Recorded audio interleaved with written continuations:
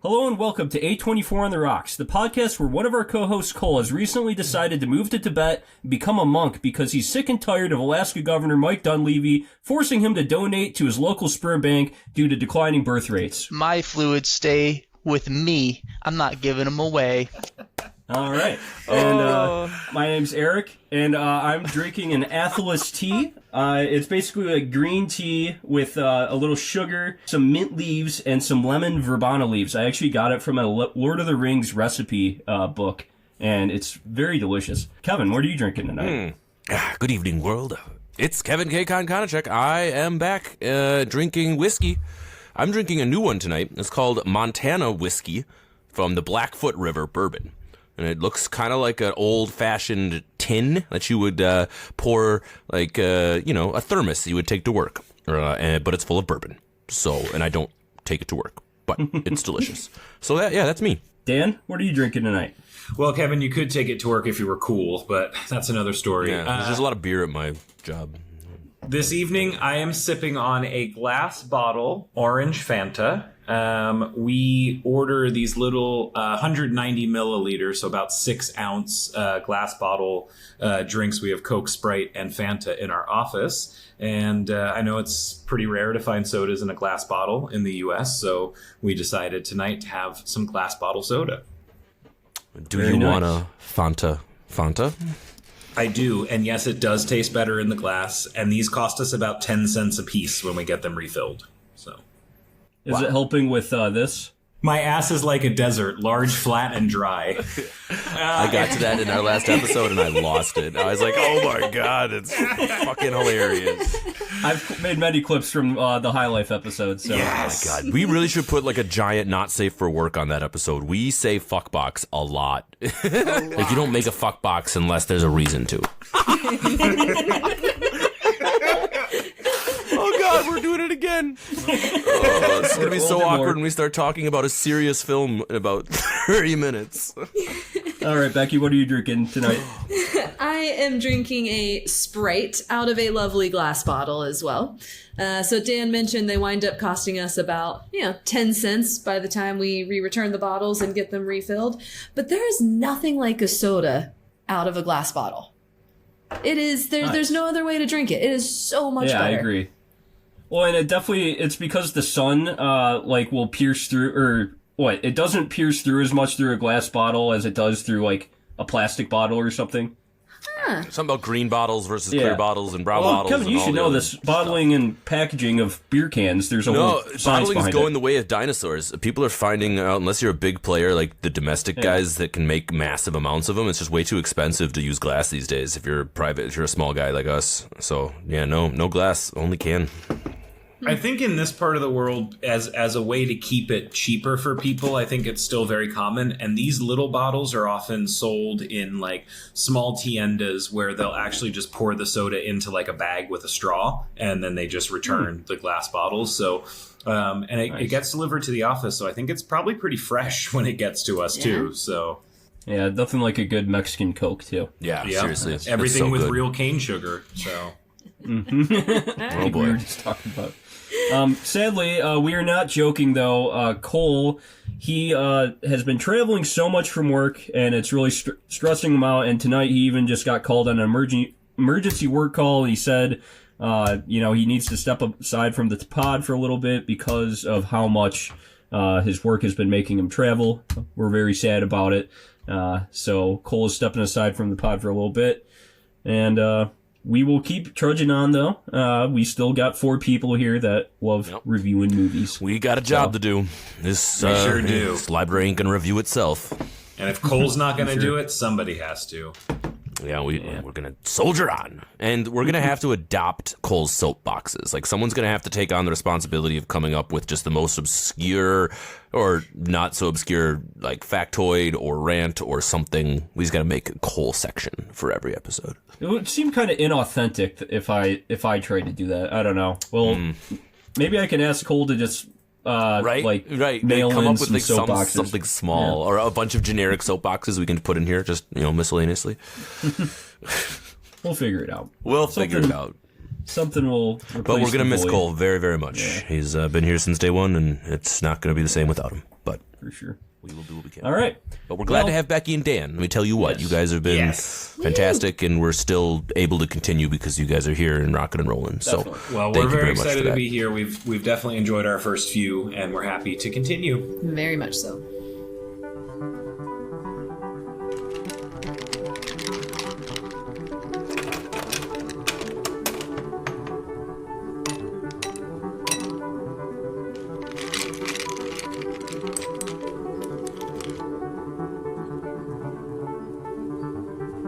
A24 on the rocks. All right, well, let's delve into the film. Today we are reviewing the 81st film in the A24 catalog, Native Son, which is based on the famous 1940 novel of the same name by a man named Richard Wright. Native Son premiered at Sundance Film Festival in January of 2019 before being released on HBO by HBO Films on April 6, 2019. Only 5 days before that, Japan saw an imperial transition and the new era of Reiwa was revealed. Former Japanese Emperor Akihito would then see his eldest son, Naruhito, ascend to the throne on May 1st, 2019, and Naruhito would become the 126th Emperor of Japan. Fun fact, everybody. Native Son stars Ashton Sanders, who you may have seen in a previous A24 film. Fuck was that? I was so I was happy looking going. for Like, things that what is- happened. I was like, did I on watch April the wrong 6th, and movie? Yeah, I was like, what is happening? Did I miss There wasn't a lot key that happened on component April to- 6, 2019, but 5 days before that happened. Thanks, Internet. Yeah. All right. So, Cool. Native Son stars Ashton Sanders, who you may have seen in a previous A24 film, Best Picture winner Moonlight. And it's about a young black man named Bigger who lives with his family in Chicago. He's into the punk and alternative lifestyle, and one of his favorite bands is Death, which is actually a Detroit-based band that some argue started the genre of punk rock. Fun fact, too. We meet Bigger at his family's house as they cook breakfast before a rat appears, causing the family to freak out and Bigger to kill the rat with a skillet. Let's start with you, Becky. What did you think of our introduction to Bigger and the life he leads? So I actually loved the introduction because I think it created a good sense of both fun and chaos kind of coming in, and also mischievousness. But what I liked about it the most, so I never did read the whole book, but I did read part of this book. I never did keep going with it because 1940 language just doesn't sing to me, and it was hard for me to get through. But this opening scene, what I loved about it, it was almost an exact replica from the book itself. And it was so well done. It was modernized, obviously. You know, in the book, they were in a 1-bedroom house. And here they clearly have their own space and that, at least more than they had in the book. But the freak out, the teasing the sister, the stereotypical women screaming. I expected one to jump up on a chair at one point. I was a little disappointed that they didn't. I enjoyed this first scene very much. That was a huge rat, too. It was Gigantic big. Dan, what did you think of the first scene? Well, we had a bird in our apartment a few weeks ago that we had our balcony door open and a bird got in at night. So not quite a rat, but it was like, wow, okay, I kind of get this. Yeah, I liked it. Like Becky said, I think the sort of fun and the chaos at the same time, it sort of laid the groundwork for me. I felt somewhat confused through a lot of the movie, and I'll delve into that later on. But I think, you know, it's part of this setting that we understand that Bigger is a confused guy and that his world is confused, right? So we have this situation that's already kind of manic, and it gives you a window into, you know, growing up in poverty, right? Coming from a rough neighborhood, you get this idea of like, well, if there's a rat in the house, obviously they're not living in, you know, the greatest conditions. So I think it set the stage well in a kind of fun way. To show his family dynamic and those things as well. So, yeah, I liked it. Yeah. Kevin, did you want to touch on the first scene at all? Yeah, there's not too much more to add. I think Dan and Becky touched on it a lot. I like that it was a recreation. It was authentic to the book. I think that's really important when we get into some of the other departures from the book, when we talk about that later on. So for the fans who were going into it kind of already knowing the source material, I'm sure that was comforting and reassuring, being like, all right, they're literally doing it right down to the, like Becky had mentioned, this teasing of the sister with the dead rat. So, I mean, they're really going for it to pay homage to the the classic, right? I mean, Native Son is an absolute literary classic. People talk about it in in the pantheon of great American books. And to take on a project like this, you have to start out the right way. And I think that they did a really good job of getting the emotion, of talking about, getting the family ties, of setting it up without saying too much, which I think is important in a film. So good on them. For sure. We then meet Bigger's girlfriend, Bessie, while Bigger's out doing his job as a messenger. Kevin, I actually want to go back right to you for this one. What did you think of Bigger and Bessie's relationship at the start of the film? Like, could you see that there was any love there? No, honestly, it was kind of, well, yeah, maybe. It was interesting to see it because it's always hard to judge emotions just on the surface with like body language and all those other things that you don't really know what they're doing in the back, I suppose. Like if it's just a casual thing or if it's, something bigger. They obviously reveal that throughout the film, talking about, love and whether Bigger's going anywhere and, as her friend's trying to convince her not to be with him for whatever reason or another.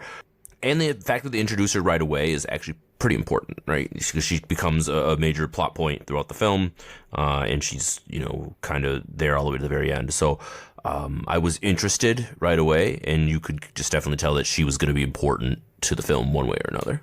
For sure. Becky, what did you think of Bigger and Bessie's relationship at the start? Yeah, Kevin had mentioned the difficulty in reading true emotions in moments like this and brought up the idea of body language. And I think watching Bigger and Bess together and watching Bigger through his body language was one of the first pieces where I was like, why is he moving the way he's moving? Like, why is he making those motions? Why is he almost coming up like a snake as he approaches her, and very fluid motions, but so many of them. And it did confuse me a little bit as to what their relationship was. Like, is he moving around like this because he's playing around? Does he not know how to be still? Does he not know how to act in general in situations? It gave me a lot of questions, and questions that I appreciated through the film. For sure. I kind of got like a Taxi Driver kind of vibe from this film at the start. I think our main character, especially you have the voiceover there, and he's not as, I guess, much, like literally not as much of an incel as Travis Bickle is.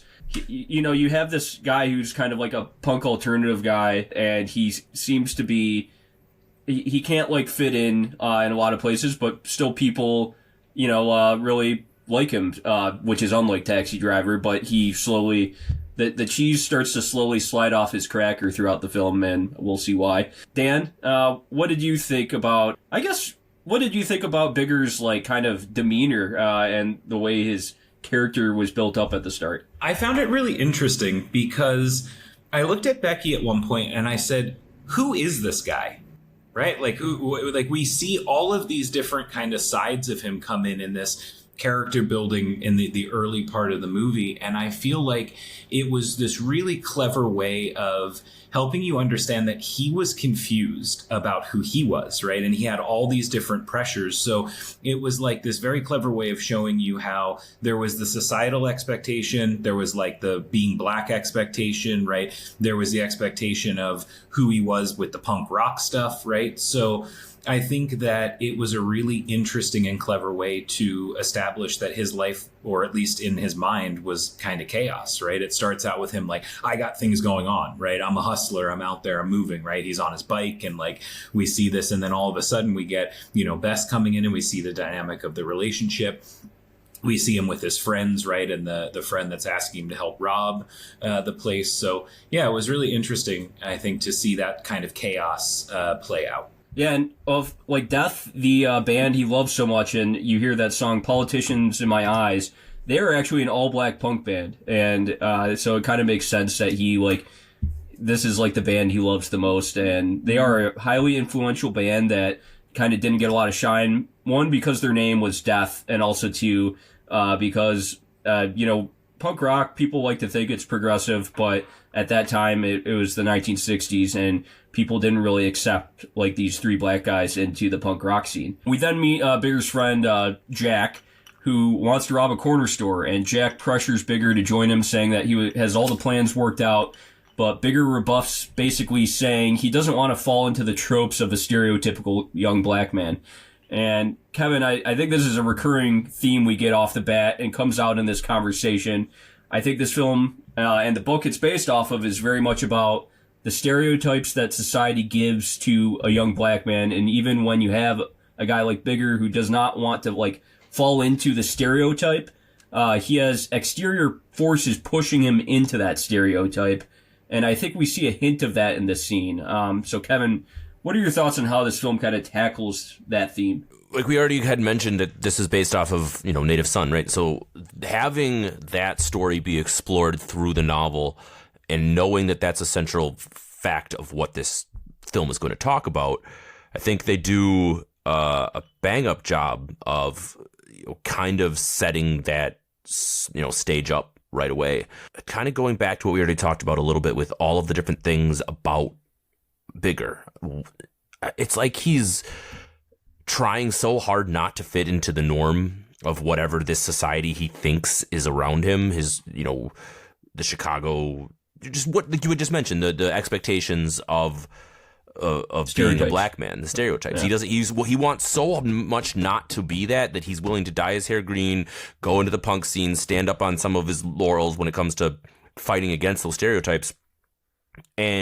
But he doesn't maybe know why he's doing it. I guess maybe he's just doing it for the sake. It's the stuff he likes, it seems, yeah, right? And that might be it too, right? Yeah. He's just, the music is, what he's into, not necessarily rebelling for the sake of rebelling. He does push back against his friend right off the bat, right? And you can see that's going to be a very crucial point in the film. I thought it was going to go a different way than it did. I initially thought that the friend was going to try to rob the house instead of, the whole thing we get later. So I was kind of, preparing myself for a different kind of twist, but you could see right away that he is pushing against that idea that he has to fall into in line. He wants to make sure that everyone knows it's like, I am different. I'm going to stand out, and then I'm making my own waves. For sure. Becky, how do you think this theme was kind of tackled in this film? And you can jump around if you want to. We don't need to go scene by scene here. So. Okay, great, because there is, I think, a big piece of this idea that comes a little bit later. But I agree completely with Kevin and his desire to be different. And I think beyond his actions and what he says when he's first asked to, be a part of this store robbery, you see it in his clothes and his hair and his rings, right? Even the way that he carries himself, it's not the same as the people that he surrounds himself with. Until somebody says exactly what they need to say to get him to flip. Right? So he starts with this pushback, I don't want to be a part of it. But, a little bit later on in the movie, we see them arguing about the fact that Bigger did not show up to the job, to the robbery. And all that I think it was Gus had to say was basically, because you're just a good old houseboy now.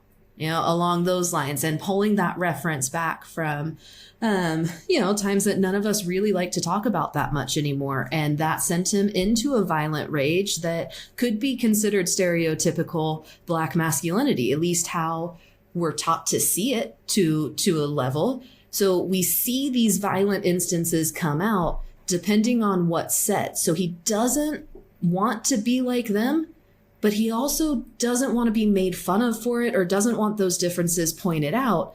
And yet again, going back to his appearance, he makes it so obvious that he doesn't want to be like him. So it's a very conflicted view here. Dan, do you want to touch on kind of that theme of these stereotypes that they kind of force Bigger into, just kind of how he responds to that too? What I find interesting is that he doesn't want to be the stereotype, but everyone around him is. Right? Everyone in the movie, everyone in the story is kind of a walking stereotype, right? It's sort of an exaggerated stereotype because they have to be that, right? For the story to really be as impactful as it is, you have to be reminded of it. So I find it an interesting counter to the fact that like everyone around him, everyone else in the story felt like a stereotype of who they were, and he didn't want to be that. But still, he felt this need to fit in to something. right? He didn't know what he wanted. I think, again, how I felt confused during most of the beginning of the movie. He needed to fit in so that he couldn't fit in. He just didn't know where he needed to fit in, right? So we have that confusion from him in so many ways because of that stereotypical world that's around him. So I think it was an interesting way to balance that and to kind of understand who he was. Yeah, I think we got to go back to the book again because, again, this book was very, very about the idea that black men could not escape their destiny as black men, that it was, they had no choice, that from birth society has formulated all of these stereotypes, and that, I mean, even in the book there's an argument that Bigger shouldn't be held accountable for his crimes because the systematic racism put him in that situation. So if the book is giving us that theme and this film is absolutely compiling all of that together, it's going to show Bigger in a spot where he is trying to resist but still falling into that pattern nonetheless, because that's the theme of the book. And they do a good job of showing it so obviously that Bigger wants to escape out of this rat race, to escape out of this hole, to escape out of the inevitable destiny of being a black man in today's society. And back in 1940, and that's the whole point. They're talking about in 1940 that this was the case for black men, and now we're seeing it in 20. It's never changed. Nothing has changed from that perspective, and that's why our writer and director was like, we have to make this again. We have to create this because it's still fucking relevant now, and that's I could go on and on. This is really important stuff, and it's heavy, and it was hard to watch, and it's even better to talk about it now. So, and not to spoil the ending, assuming that everyone who's listening to this has seen it, but I mean that's kind of how it ends, right? With you thinking the same thing, right? And I totally agree, Kevin. I thought Becky and I talked about it before we even watched the movie that there's still a need to tell an updated version, but the same exact story. And it's just, it is mind-boggling to me because history changes so fast. And I'm getting an unfortunate inside look to this as I tutor a kid for AP World History right now, relearning a whole lot of shit and how history moved forward. But things change so quickly. And yet we are telling the exact same story today that we did over 60 years ago. And nothing about it has changed except for modern amenities. Yeah. Well, I mean, so in 1940, when this book was written, there was redlining and housing discrimination, like extreme redlining and housing discrimination. So, especially in places like Chicago and Detroit in the North, like there wasn't Jim Crow, but there was people could not move outside of certain neighborhoods because mortgage loaners would not give them a mortgage. And they were essentially forced to be in these confined neighborhoods in very horrible living situations. And so updating it for today, too, though, instead of like banks not giving people mortgage loans, instead, it's just extremely hard to have that upward economic mobility because of income inequality and capitalism. Sadly, because African Americans don't have a lot of generational wealth, they are stuck at the bottom, and it's the hardest for them to get that upward economic mobility. And so they end up falling into these pitfalls and these kind of traps that are already set up for them in society because of it's just been there forever too. And I think you can't ignore the fact that those policies like redlining are partially to blame for the reason why we have to tell this story 80 years later, right? That we've updated it. But I mean that, like you mentioned, generational wealth, Eric. I mean, that's exactly the reason that a lot of these cycles continue. So, And we see that generational wealth so strongly with the job opportunity. And we see that difference. In the Dalton family. We see exactly that with the job opportunity. Yeah, for sure. And I guess I want to go into a little bit about how we all thought this book was updated for the modern day. The original, 1940 book by Richard Wright was very much about these ideas that we're talking about. I guess, Kevin, how do you think this book, do you think it did a good job updating it for the modern day in 2019? Yeah, I think it did. I think it took relevant jobs that still exist, people that still, we know billionaires, right, everywhere. Like that character, yes, he was a good guy. Walton, right? Wait, Dalton. Dalton. Dalton. Yeah, so Henry he was a Dalton, good guy, but we know a lot of, uber wealthy people that still exist and own a lot of things that probably have drivers in similar situations. I think that the interesting thing about, if you think about back to the 1941, Mary was dating a communist at the time as opposed to a socialist, right? Is that the modern day? So you can still find a way to make those connections. So that was pretty cool to be able to still be like, yeah, well, we can take a modern day political thing and kind of pull something out of that. I think that the story itself was very focused on Bigger's character. It didn't necessarily matter so much to me that it, like, servants' quarters made sense in a giant house the size of the Daltons. Like that, I can get behind those things. I can also see exactly what they were doing in 1942, which is even more fascinating to me, that it kind of just locked in step with what I haven't read the book, so let me be very clear, I have not read the book, so I'm only when I'm doing my research, but I can feel it. And also, they've done several other adaptations of this already for film and TV. It's just none of them have ever been successful, and they've kind of just fallen by the wayside. So this story has been put on stage and screen multiple times before this. And maybe when we get to the ending in a discussion, why this sticks out is a little bit different, because, the ending is radically different. Yeah. So this might be where I depart. I don't know if anybody will agree, but I felt that they did a bad job of updating this to the modern day, partly because of the voiceover.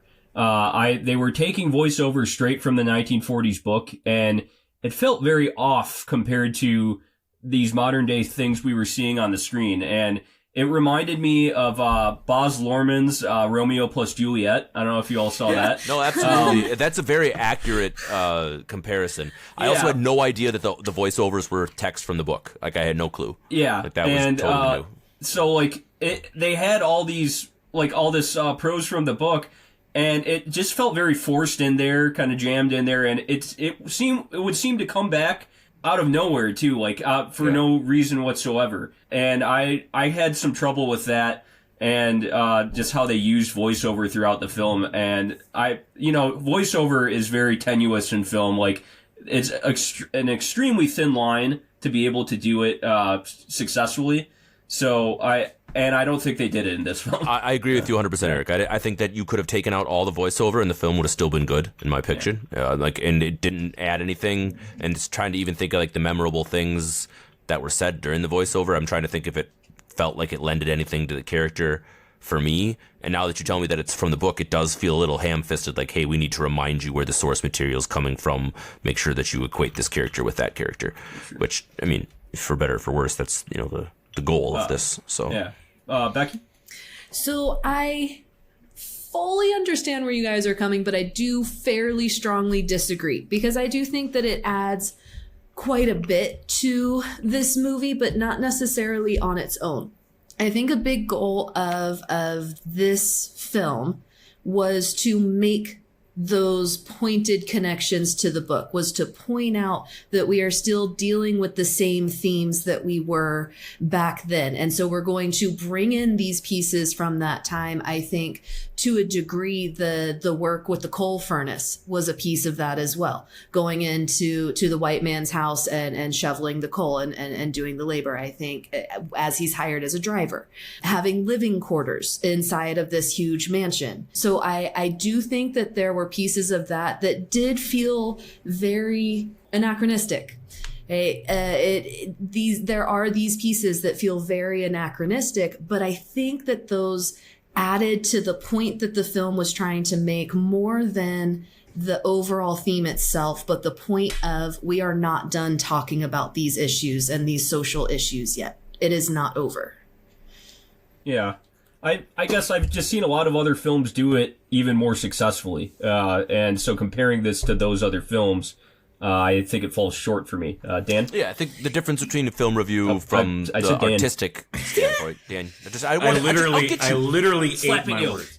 Hey, you remember last week when I forgot you at the end of the episode? So Remember the week before that when I you're forgot using you? your wrong hand too. I can't see your left hand. Oh, okay, that's true. Yeah, we're kind of cut off. All right, I will move to my left hand. I don't even. But yes, I found it both good and bad. And listening to you guys talk about it before me, I'm kind of left feeling the same way. So I agree with Becky that I think it is important for them to pay homage to the source material. And it's difficult source material to adapt because it touches on racism and those themes are unfortunately universal. But adapting it for the modern day while keeping the story the same is hard because life wasn't the same in 1940 as it is now. So I do think it was important for them to pay that homage. But I kept finding myself thinking, this isn't how he talks in real life. Like this doesn't sound like him. So you knew that it was coming from the book because if you watched the movie, you knew that it was coming from the book. But it did feel kind of hard because it wasn't always coherent. And Eric, I think you make a good point too, that it just seemed like it came out of nowhere, right? It was just like, sometimes it wasn't there and sometimes it was. Narration, I like Eric said, I think it is hard. I think it's really hard to do it well in a movie. I don't usually like it. So as a device here, I think it kind of failed, even though I think Becky's point is good and that's why they were doing it. I think the reason that you guys don't like it is actually almost the same reason that I couldn't get through the book. And it's the phrasing, it's the wording, it makes it hard to connect to, which makes it hard to put in organically. Okay? Like I liked the pieces fitting together, but I think it would be a pretty safe assumption to say that it was the language of the time that was a big part of it that creates that disjointed feeling for it. Yeah, no, I think the reason that I didn't pay attention, I don't know why I didn't realize it was part of the book. I have no idea. But now thinking back on my viewing experience, that's exactly why it felt to me like it wasn't necessary because I wasn't connecting the dots and I didn't, it was out of pocket for me. So yeah, and that's just one part. There is another part I'll say I don't like later, and we'll get to that eventually. But I do want to touch on the Dalton family.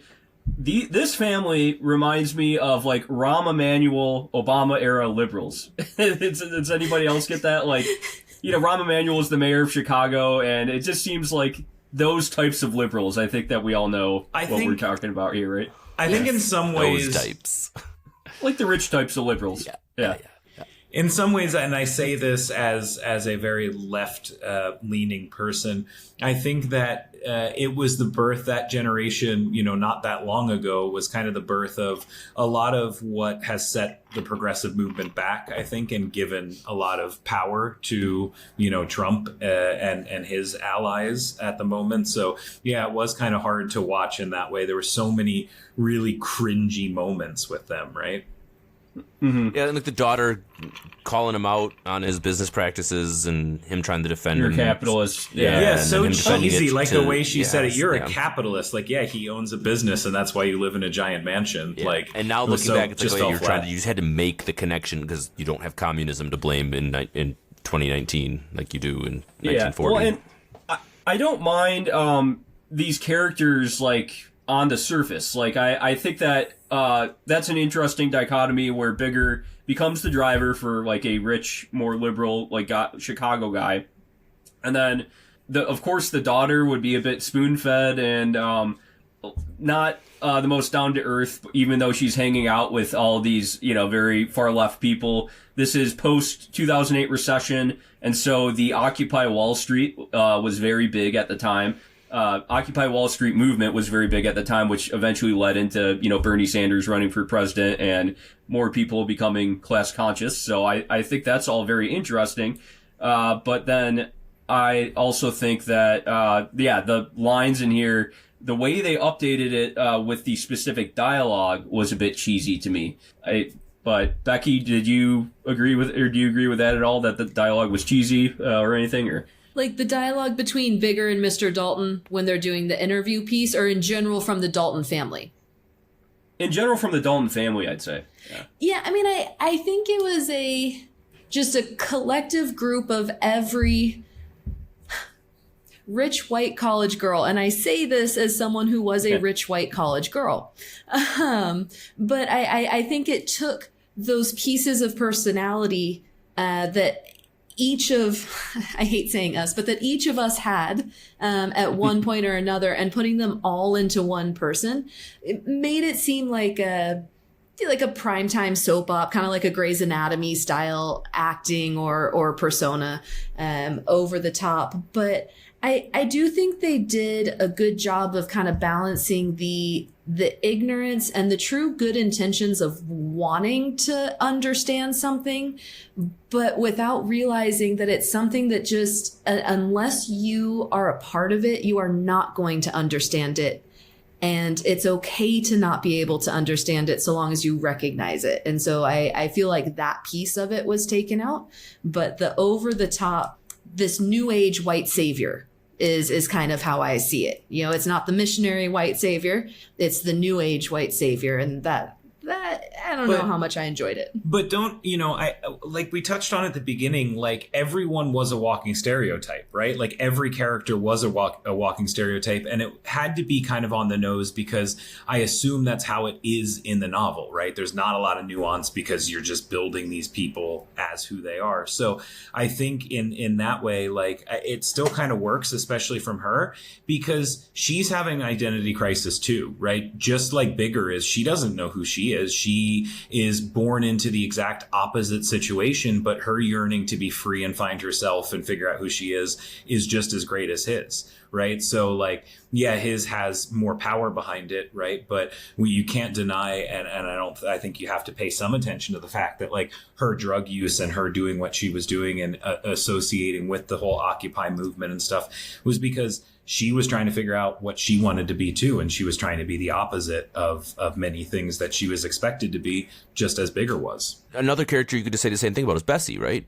Trying to break out of her mold and out of her situation and trying to do the exact same thing that every other character is trying to do. She's trying to go to school and trying to, and that's a big part of this too. So I think that you're all onto something here, that these characters are following this line, for a particular reason. Well, I think for Mary, what I appreciated about this piece the most was, for a little while at least, it did add a little bit of comic relief to this story.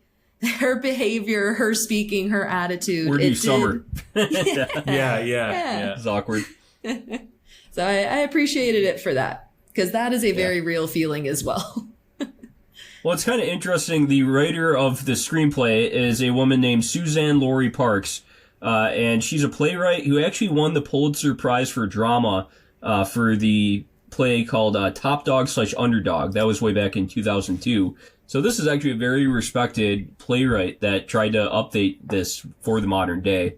So that's a bit interesting, I think. I think I read that too, right? That Rashid Johnson really wanted to do the project, but then had to find someone to help him write it. And, find someone big, like that, that's a huge deal.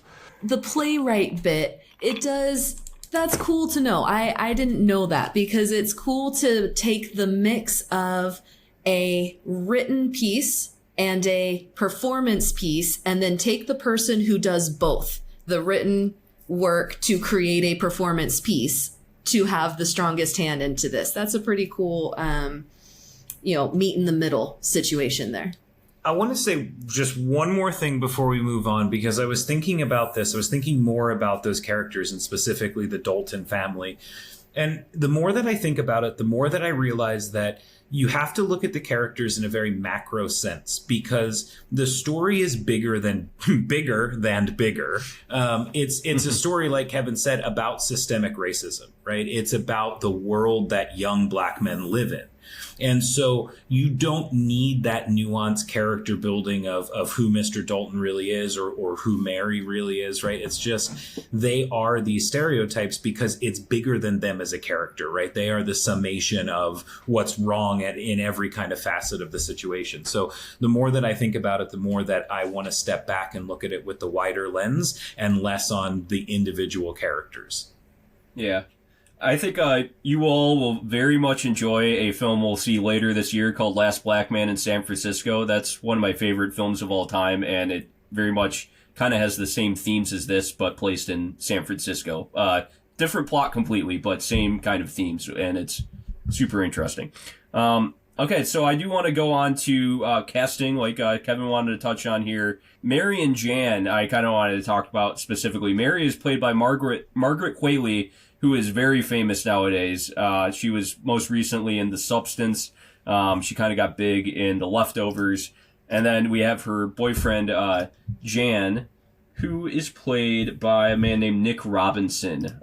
Kevin, do you want to talk about the casting of them a little bit? Yeah. I thought Margaret Qualley did a bang-up job of playing the character that she was given. I think that she had a little bit of quirkiness, a little bit of sex appeal, had a little bit of brilliance, a little bit of spoiledness. I think that all of those things played kind of well into her performance. I thought that she did a good job in general, I guess.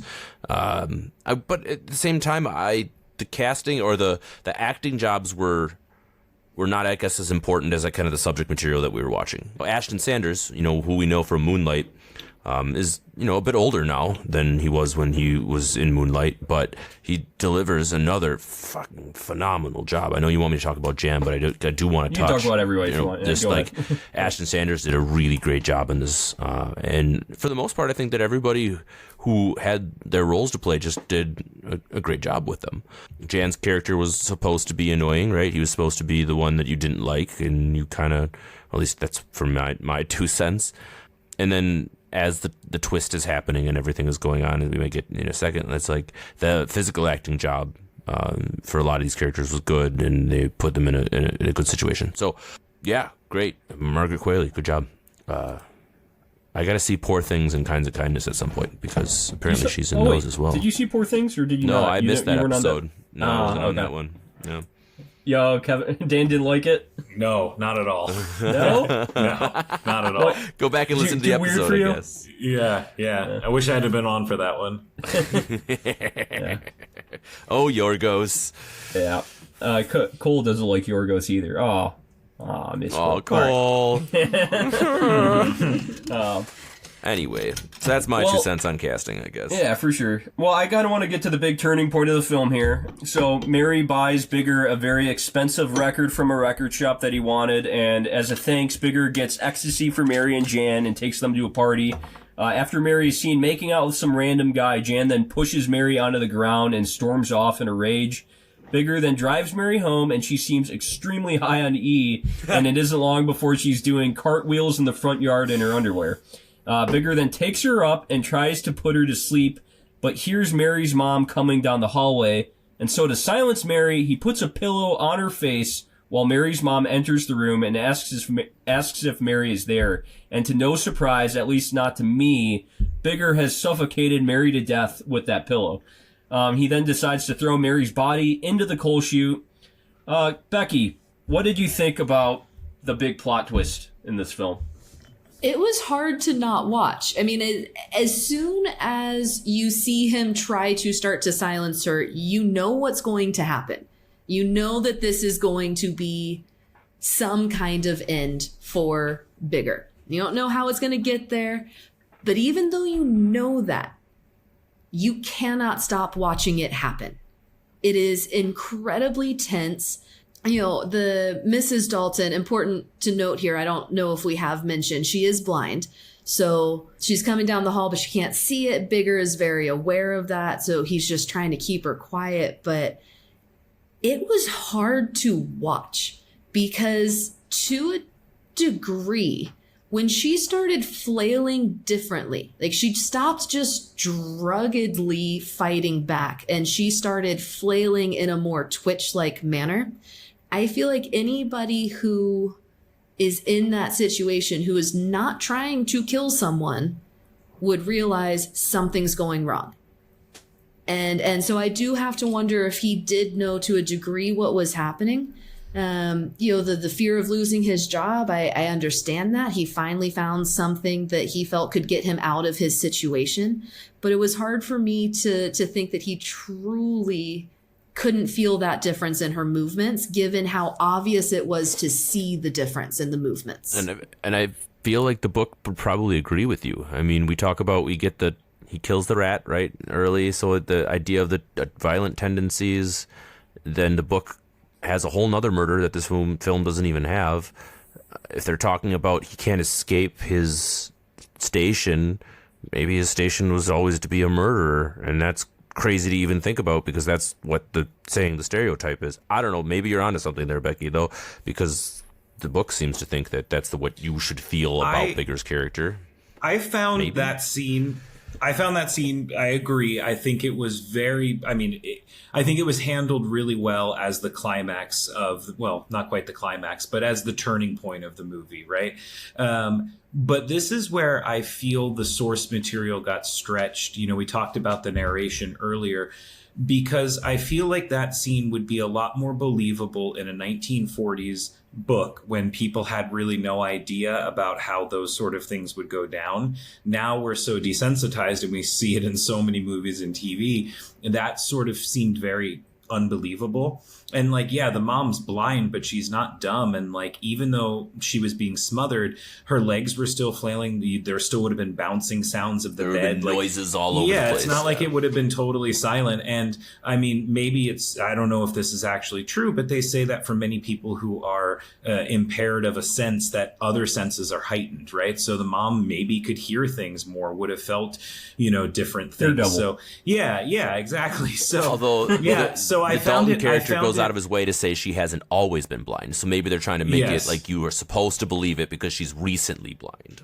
Right. And maybe that is true, but I found it very unbelievable, but it stayed true. As far as I know, it stayed true to the source material. And I think it had to as the turning point of the story. So yeah, viewed through the lens of it being the movie interpretation of the book, it's fine. But if it stood on its own, I would have a hard time believing it. Well, and with Kevin's mention of the outbursts of violence, the times that we see that, and it is, I think, portrayed stronger in the book, Bigger's outbursts of violence. I think they shifted some of Bigger's violence onto either Gus or Tony. I don't remember which one, but they kind of shifted some of that violence over. But when we did see the violence come out from Bigger, it always came out when his pride... when he felt like his pride was about to be taken away from him. And he was proud of this job and he was proud of what he was becoming. And I think he felt once again that was being taken away, and it wasn't about the job. It was about his pride. Well, right. And it was more important than Mary's life at the end of the day. I completely agree with Dan. I think updating it to the modern day, that we all have seen somebody get smothered by a pillow before, on TV and in movies, several times. And so it's really hard for me to believe that in the modern day that Bigger wouldn't know putting a pillow on, a girl's face would probably kill her. But okay, so now we're thinking that maybe he was intending to do it, and I just didn't pick that up from his acting performance. I don't know. I don't know I don't if know it about was intending. intention. Yeah. Both Kevin and I are subconsciously, no. he subconsciously did want to kill her? Is that what we're saying? I think at the end of the day it was more important to stay protected than her life. He was willing to take the risk that staying on her face long term was more important than being caught and losing the job. So that was a decision. That was a decision he had to make. Yeah. And I think it was more of a turned a blind eye decision. I don't think it was an intentional decision to kill, because nothing else supports that. He is ridden with guilt, and we see that come out in various ways. It was definitely an accident. Yes, definitely an accident, but I think a little bit of I have to be the one who survives. And if I lose this... If, they would have had to stray from the source material, but, let's say I was in that situation, I would have never went out to pick her up off the lawn from her running around in her underwear. I'd be like, okay, somebody else is just going to catch her, and I will risk her saying that she got ecstasy from me, but it's the alternative, me running out there, grabbing her, taking her to bed, and me being in the same room as her while she's freaking out, in her underwear, that is so much worse to me than, rather than me just going to bed and, ignoring, that she is just running around like crazy. I had the same thought. I would much rather just go to bed. Yeah. I had the same thought because,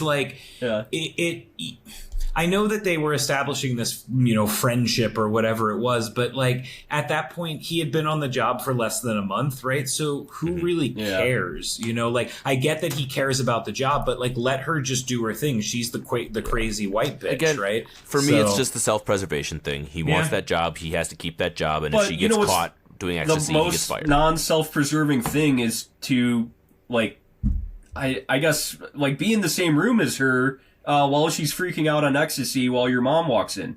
Like if he just went to his room and ignored her, then that would have been self-preservation. And he had to go up the stairs he wasn't supposed to go up, and then the movie would have ended.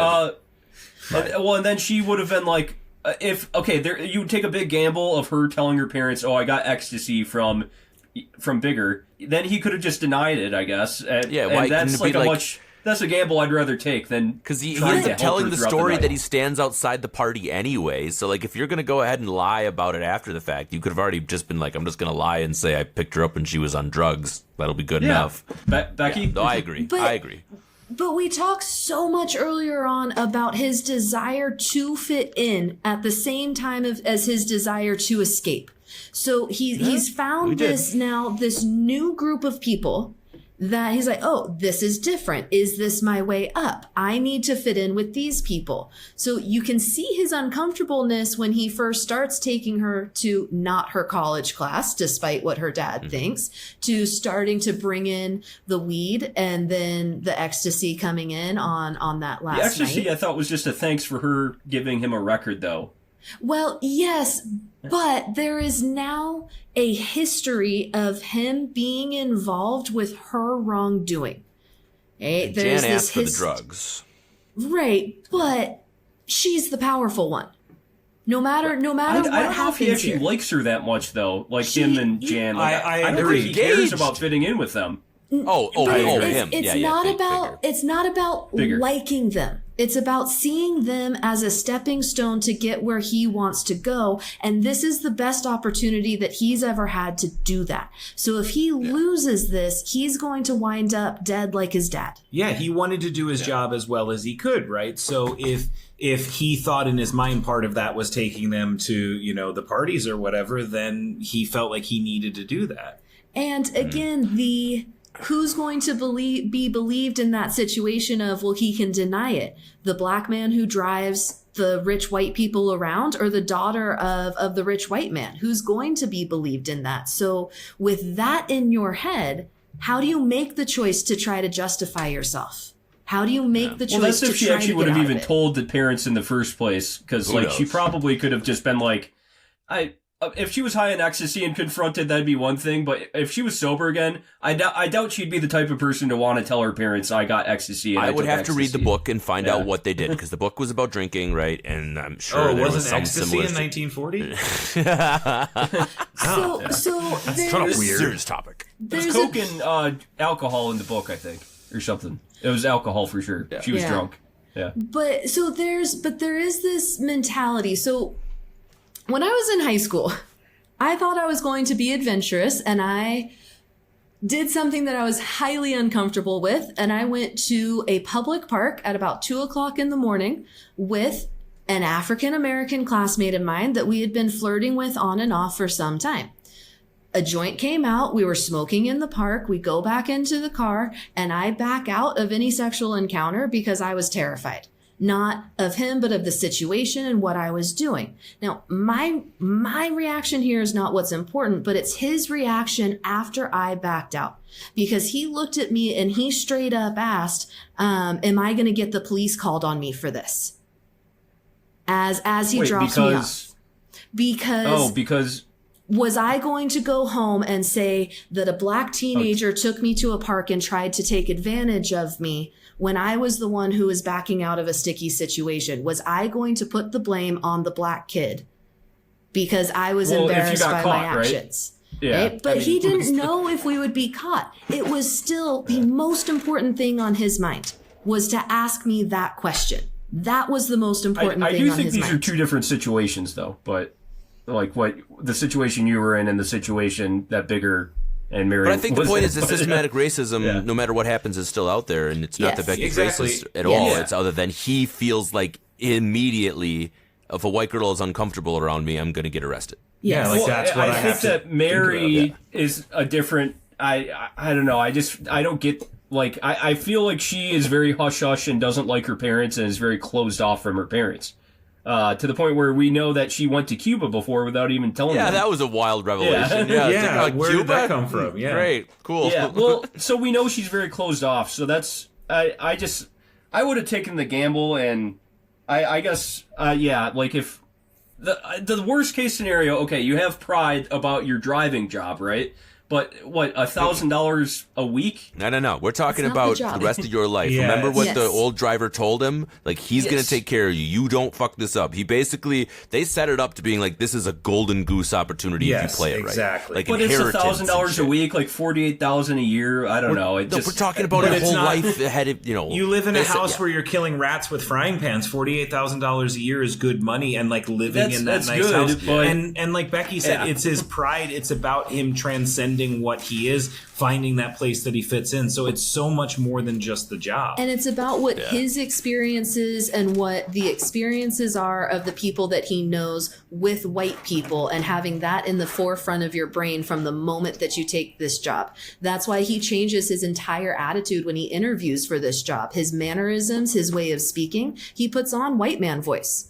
Right? So then why did he give her ecstasy in the first place then? Because Jan wanted it. Jan asked him if you got anything better than that. Fuck Jan. He doesn't like Jan. and She what didn't. if? She had never done it before. She had no fucking clue what she was getting into. She wasn't a big party girl. She followed Jan's lead, and Jan's like, I want more than just weed. Yeah. So And what, that's why what she did it. if she got pissed off? No, What- not she. He. Why would Bigger get ecstasy for them if all of what you're saying is true? To fit where in. he wants to hang on to his job Because over all else. What would happen in his Two mind? worlds. Play this Two out worlds. through his mind.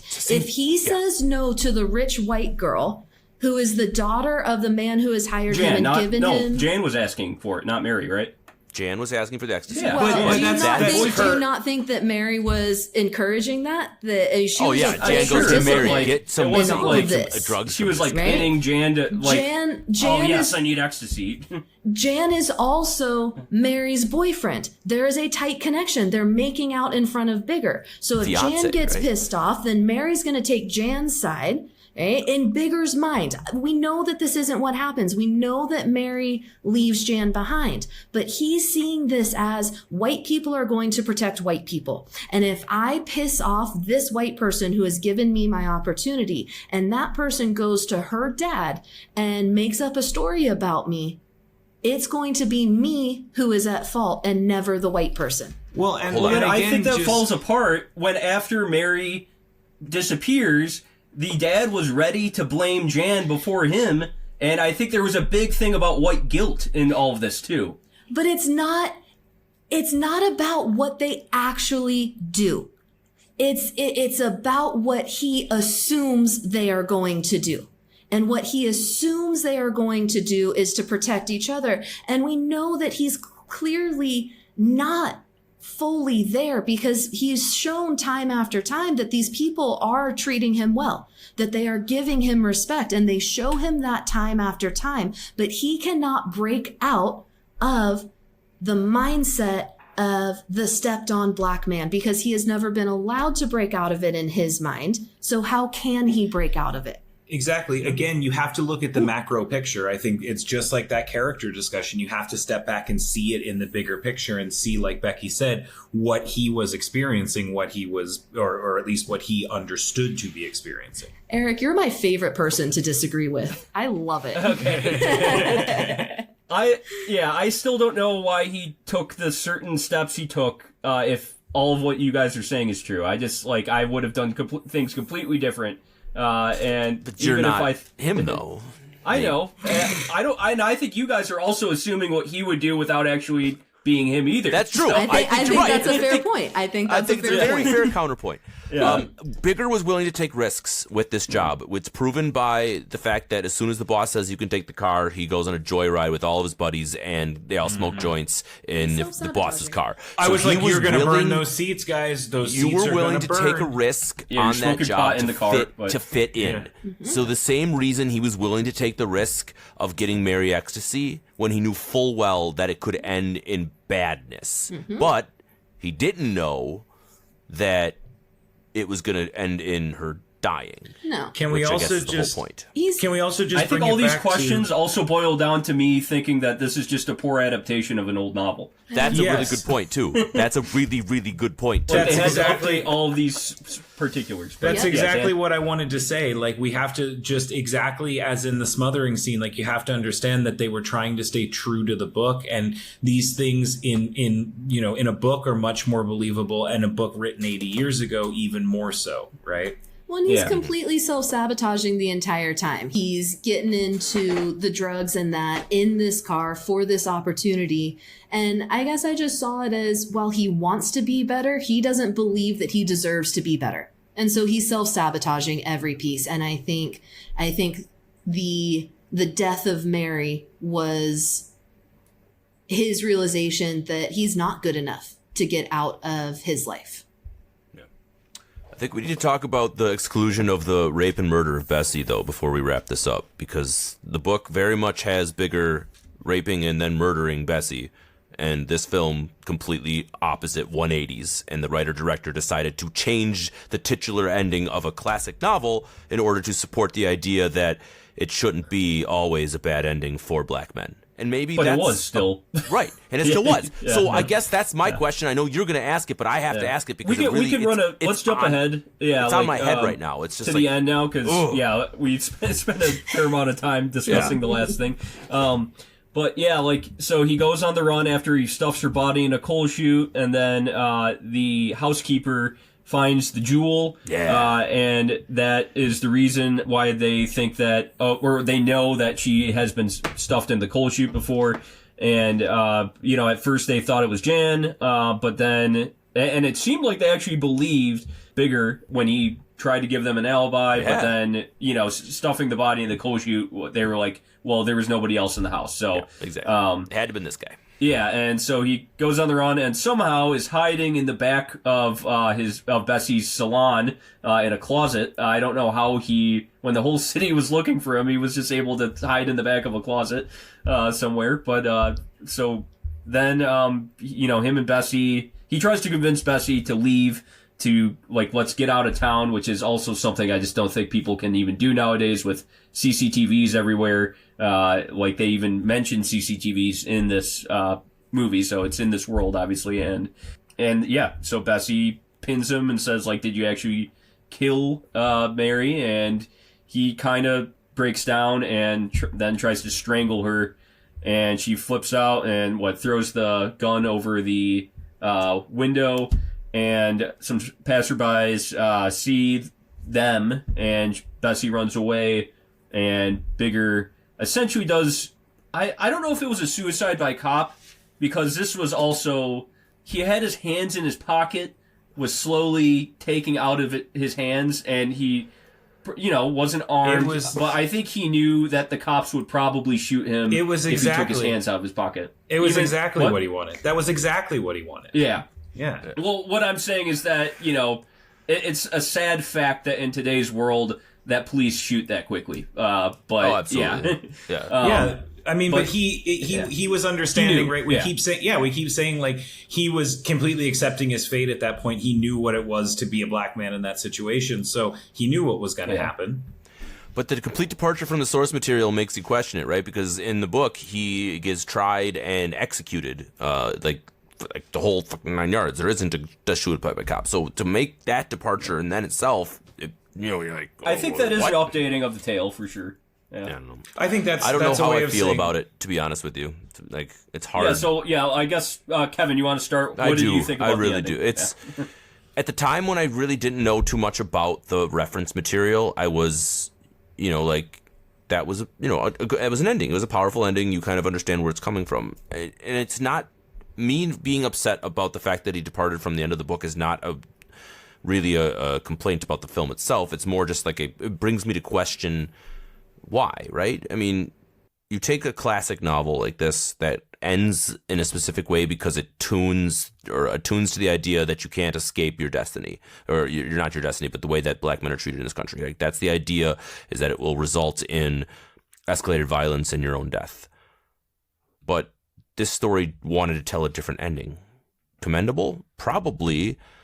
It's a big decision, though. We're talking about a native son, like a book that they teach in schools all over the country, and like a big part of American history. But I don't know. I can't be too upset about it. I really can't, because at the end of the day, you do want to tell a positive story when you're having a really heavy subject matter like this.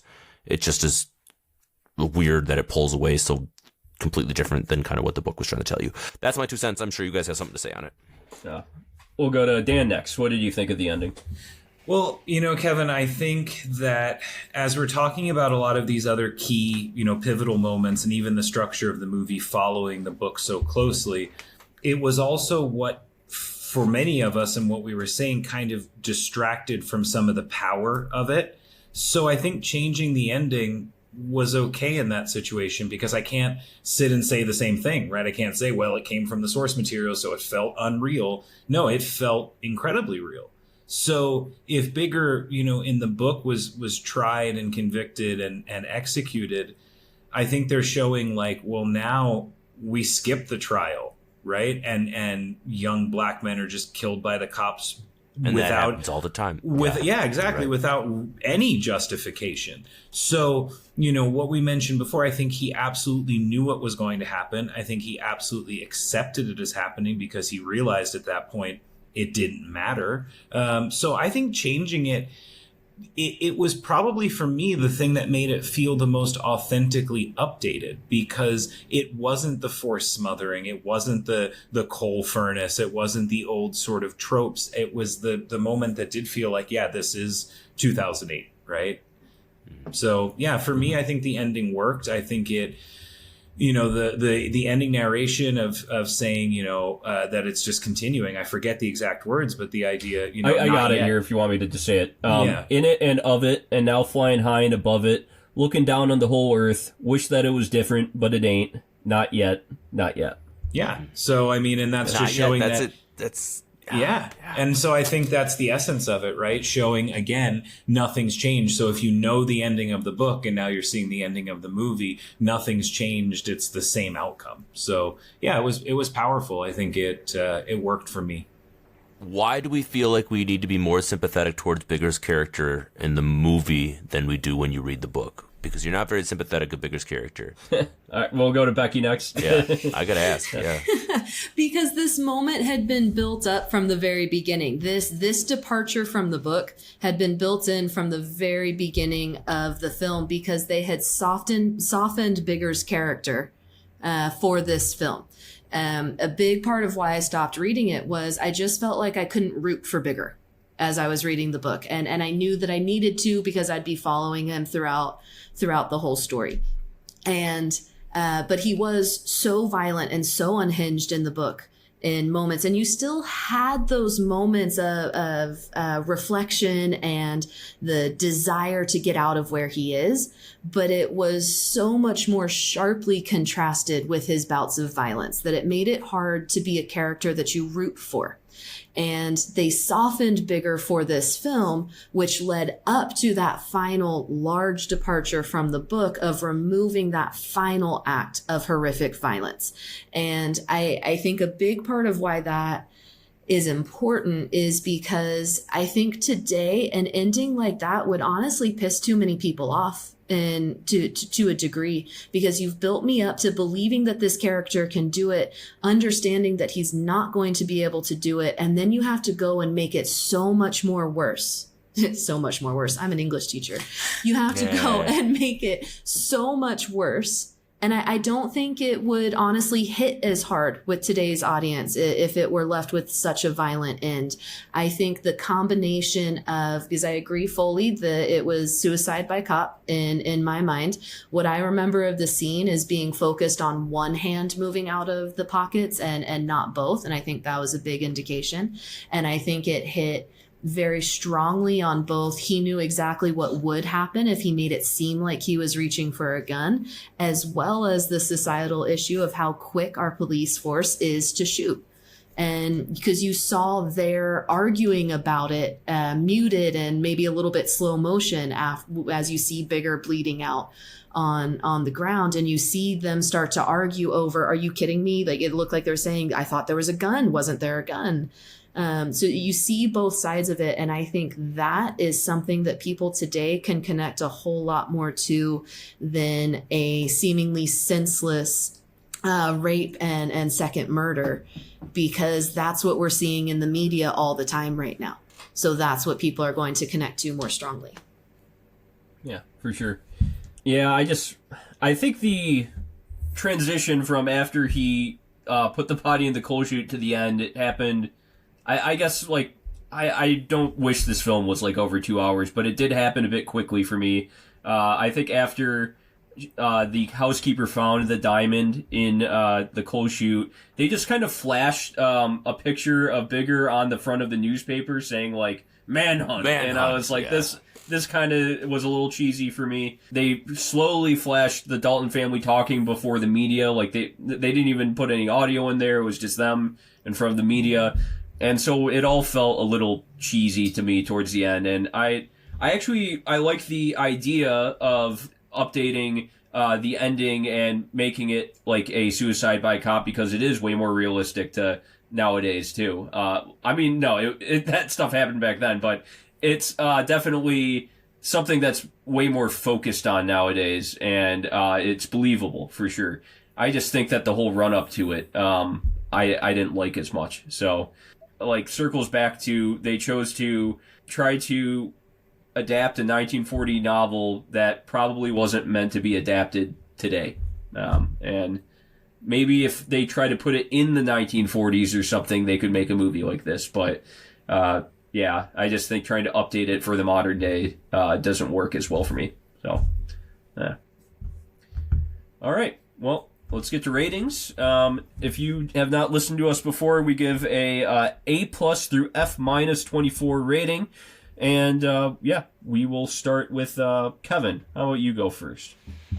Okay, so I sat down to watch this with my wife, and I went in completely blind. She had read a synopsis and a trailer. And I love going into films blind because I don't want to have any sort of, bias, right? I want to just be completely blank. And when I watched this film, it, on a viewing, was very intense for me. The subject material was definitely something that was worth examining, and I knew that we were going to have, a good conversation about it. But it's one of those films that after we get done talking about it an hour or whatever later, I feel a little less shined than I did when I watched it. So meaning that I enjoyed it while I was viewing it. Not that I haven't enjoyed it. I still enjoy it. But talking about it, reviewing it, and breaking it down and having these discussions does affect where my final review lands. And that shouldn't be the case for every every movie reviewer, but it is for me, and it is for us typically. I'm not sure if everyone else can attest to the same thing, but this film does take a bit of a hit when I really kind of put it up with some of the opinions that you guys have shared, some of the realizations that I had now looking back on the way they approach certain things. But at the end of the day, I still did enjoy watching it. It was still a good film that was put together well. It had good writing, I think. It had good cinematography in general, nothing massive to shine anything at. But it was a pleasurable viewing experience. So the acting was good. I thought the directing was on point. And for the most part, I came away being like, that was a better half of the A24. I mean, for me, I can split them and be like, that was drizzling shits, or this is pretty good. And this felt on the top half of pretty good. So I'm going to go ahead and give this one a B- 24 for me. It was pretty good, is what I'm going to say. It wasn't great. It wasn't awful. It was pretty good, which I guess could be a C, but I'm going to go ahead and give it that extra bonus because it's an important topic and it's worth writing about and discussing. So B- 24. Kevin, I have to count how many times you've said drizzling shits on our podcast. I'm the only one who ever says it. I'm the only one who does.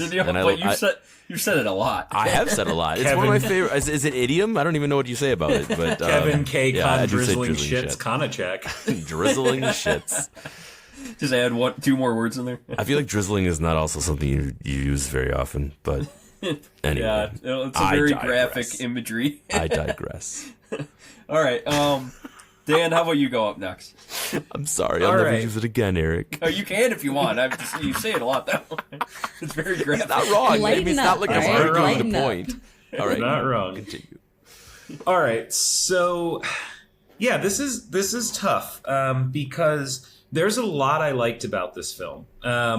Something we didn't touch on that I really wanted to earlier, and we didn't really have time for it.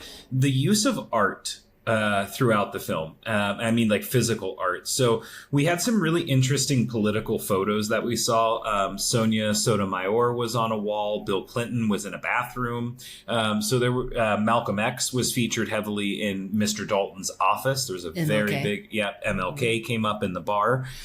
So we saw these cool political and cultural leaders, and then a lot of black art, right? The Dalton's house was full of it, which I think served two purposes. I think it was a love note to black art in general, right? A film and a story that is a very black story to tell. And I think it also showed the kind of cultural appropriation and the cringiness side of the Dalton family. So I really enjoyed that aspect. That was probably my favorite artistic side of the film. And Ashton Sanders' acting was superb. I think he was excellent. I think he captured the manicness and the insecurity of Bigger really well. Now, the power of the story, it's really hard source material. That's what we keep coming back to, right? So it kept some spots feeling kind of forced, that sort of inauthentic narration that we heard, some of the scenes that were beyond believable. So I do wonder, could you tell the story better in a completely modern idea? Could you take Native Son as a bit of source material and make a completely new story around it that would feel more authentic to today's time? Maybe you could, but then it's not the love letter to the great work of literature. So to me, I really think it was a hard one to review because there was so much that I liked about it and so much that I think it paid homage to worthwhilely. So, Kevin, I'm going to agree with you. I had it written down before you said it, so I said it first. B-24 from me. Yes. All right. Cool. All right. Okay. I'm going to leave Becky for last because I really want to hear. Well, I think she might put this in the A category, so we'll see. But Don't put her in pressure. Also, one more thing. Have any of you seen the Juneteenth episode of Atlanta? The show Atlanta? No. Okay. Well, basically, it's like Donald Glover goes to this guy's house on Juneteenth, and he's married to a black woman, but he has all this extremely expensive, African American works of art. And it's just he collects some trophies and stuff, and it's all extremely performative. And that part of the movie reminded me of that very much, and also a really good episode to watch if anybody wants to watch it. But so this movie, I think I've said pretty much my gripes with it. It isn't a good movie to update to the modern day without way more extreme changes. They really tried to stick with the main plot points of the book, like the smothering, killing the rat, and I just don't think any of those things translate well to the modern day. I do think there is good acting in here, but again, I feel like a lot of the lines are cheesy, especially with the Dalton family. It's very just on the nose with these characters, just they're supposed to be the white liberals that have white guilt, but also are trying to find a halfway point with this black man from the south of Chicago, and they're they don't even know how to talk to him really, and it's very awkward, and it's just really on the nose with all the dialogue. And there wasn't just a lot of good cinematography in here, a lot of just how I watch a film and how I've seen films tackle this exact subject matter, but even better. Moonlight is another great example of a film about systemic racism, but also homophobia in the black community, and trying to fit African Americans into a box when there's all these other parts of African Americans that we don't give them like the time of day to show because we force them into these boxes. Watching Moonlight and then watching this movie, I'm like, Moonlight took this theme and did it so much better. And so when I compare it, I'm just like, this film falls really flat of the mark for me. So I will I think I'm going to give this one a D+. It's not the worst movie I've ever seen. It doesn't get in the E or F category.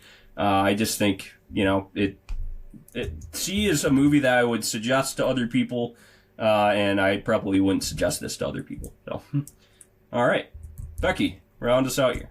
So, I mean, you're not wrong. I did very much enjoy this movie, and I find it actually interesting that I enjoy it for a lot of the reasons that you guys knocked it back for. I enjoyed it for the overuse of source material and the holding to their point of, we can tell the exact same story today that we told 80 years ago. I enjoyed that because it makes my heart hurt in an important way.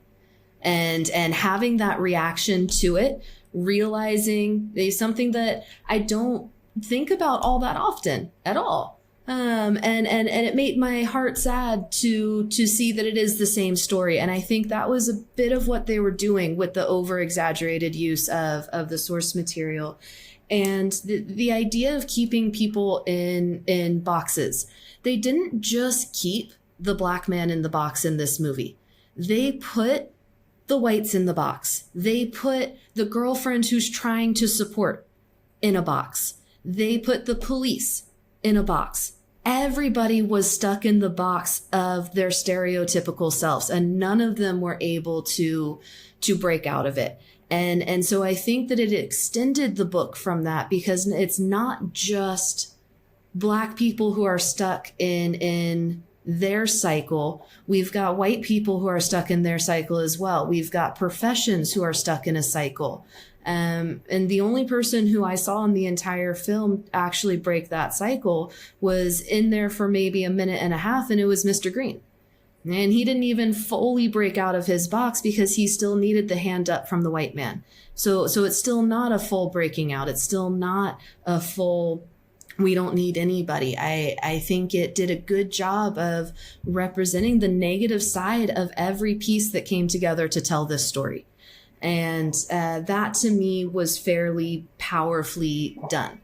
And it makes me think. And I love shit that makes me think. I really do. So this movie, now I'll agree with Kevin.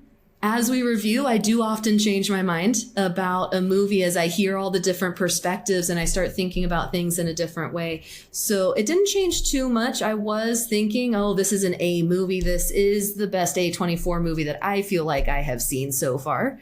But after the discussion, I do put it at an A-24. So not as significant, but I do understand the criticism that I've heard tonight. I do understand it fully. I just happen to like that side of it. So I give it an A-24.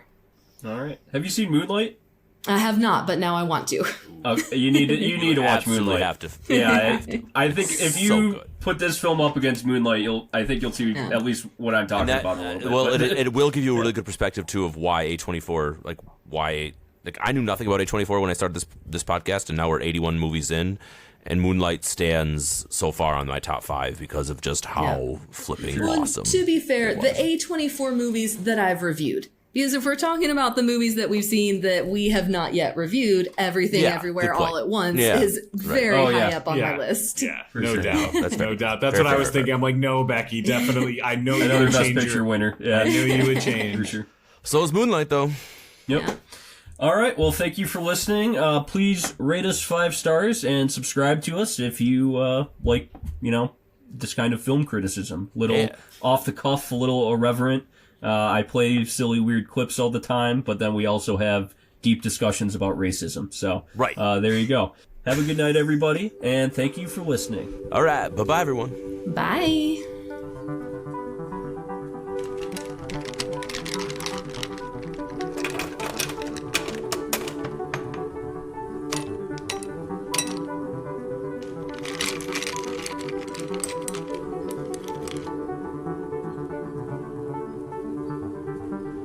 A24.